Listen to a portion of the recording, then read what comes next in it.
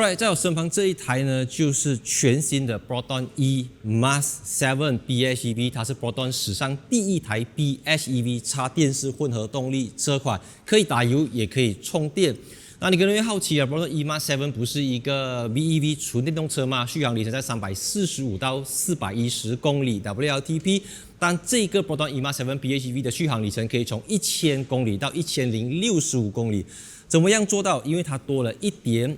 litre 的四氣缸 NA 引擎，然後再加上51 litre 51 litre 的 fuel tank， 然後它的電池更加的小，因為 E-Mass 7 BEV 是49到60 kWh，LFP 這個是18到29 kWh LFP 磷酸鐵鋰電池，所以它支援6.6 kW AC 跟30 kW DC 跟60 kW DC， 因為這個車子提供了2個 battery size 跟3個 variant。So， 這個 Proton E-Mass 7 PHEV 啊，其實傳聞已經很久，它就是中國的吉利星艦7，就在中國它不是叫吉利銀河E5 PHEV 啦，那個名稱那個叫法會不同。所以因為今天我們只分配到15分鐘的時間，所以我就簡單的給大家做一個 quick view， 給大家知道一下這個車子，它針對的對手是誰？像我們都知道，市場上主要對手就是 Chery Tiggo 7 PHEV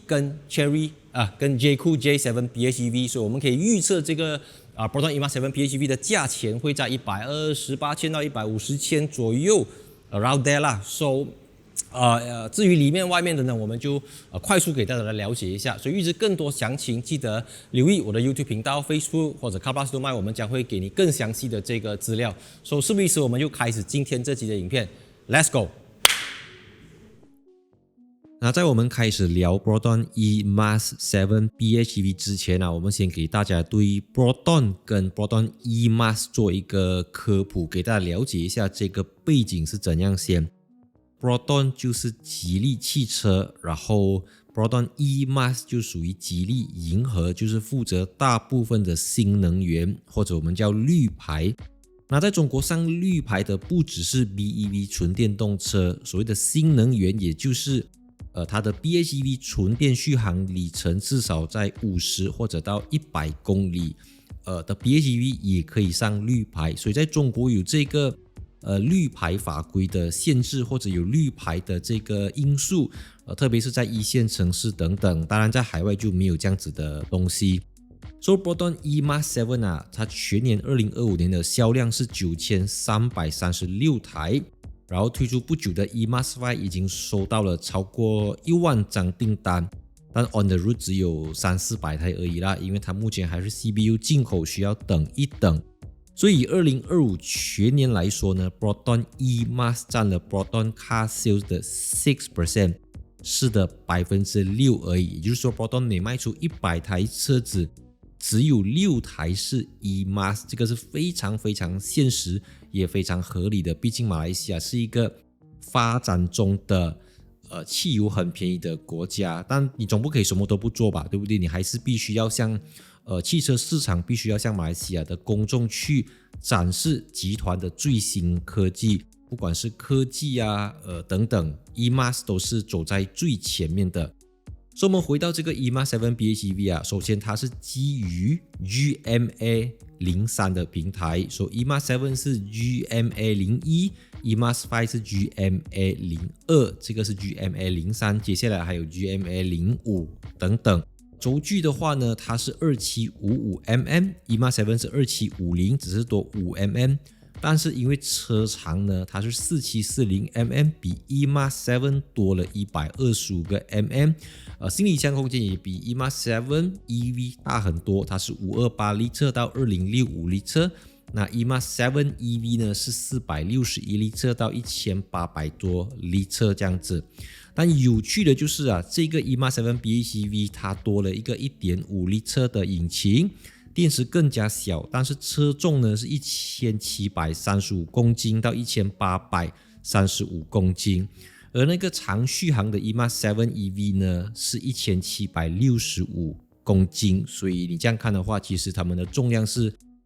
相差不遠的啦。所以我們回到引擎的部分呢，這個 1.5 litre NA 引擎有 46.5% 的熱效能，它提供99 PS 跟125 Nm。那Chery Tiggo 7 PHEV 跟捷酷 J7 PHEV 採用 1.5 Turbo 引擎，所以動力比它的引擎大很多。它的這個油耗是 4.3 Liter per 100 km， 但是它的電動馬達就比較強一點，電動馬達有218 PS 跟262 Nm， 所以綜合到來有262 匹跟262 Nm， 所以它整台車子最大的扭力也就是262 Nm。所以極速的話是170 km/h 跟 EMAS7 差不多。當然這一套系統在吉利集團底下叫 EMI System， 它是一個11 in 1的這個electric motor 這個 powertrain 啦。因為這個 Proton EMAS7 PHEV 它提供了2個電池版本，所以 18.4 kWh 是 CATL 的電池，105公里 NEDC， 綜合到來是1000公里 NEDC， 支援30 kW DC。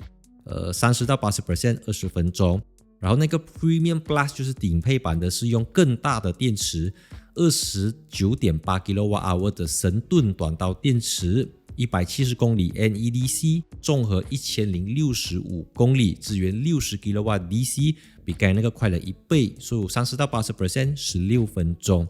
那值得一提就是Chery 跟 J 酷用的是 18.3 kWh 的電池。然後他們的續航里程在90到106，但是呢 Chery 的綜合里程有1200到1300公里我自己親身體驗過一缸油1200公里，所以我非常清楚這個東西怎麼玩。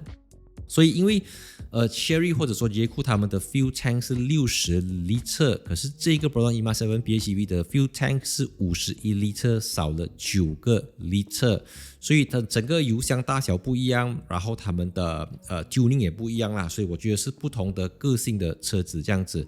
這個 Proton EMAS7 PHEV 它內飾的話，我覺得就沒有太多東西可以講，因為它就是如果你看過 EMAS7。15.4 寸的 2.5K 螢幕，超大的螢幕，Flyme Auto OS， 16個 speakers 的 Flyme Sound System， 還有支援 Proton EMAS App。那這些東西其實馬來西亞已經有了 Proton EMAS7， 所以都是大同小異，不會差太遠。只是這一次 Proton EMAS 呢，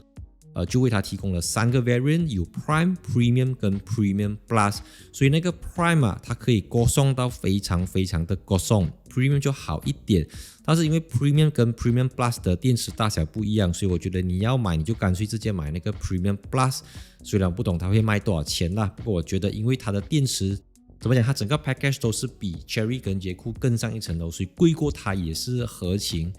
又合理的啦。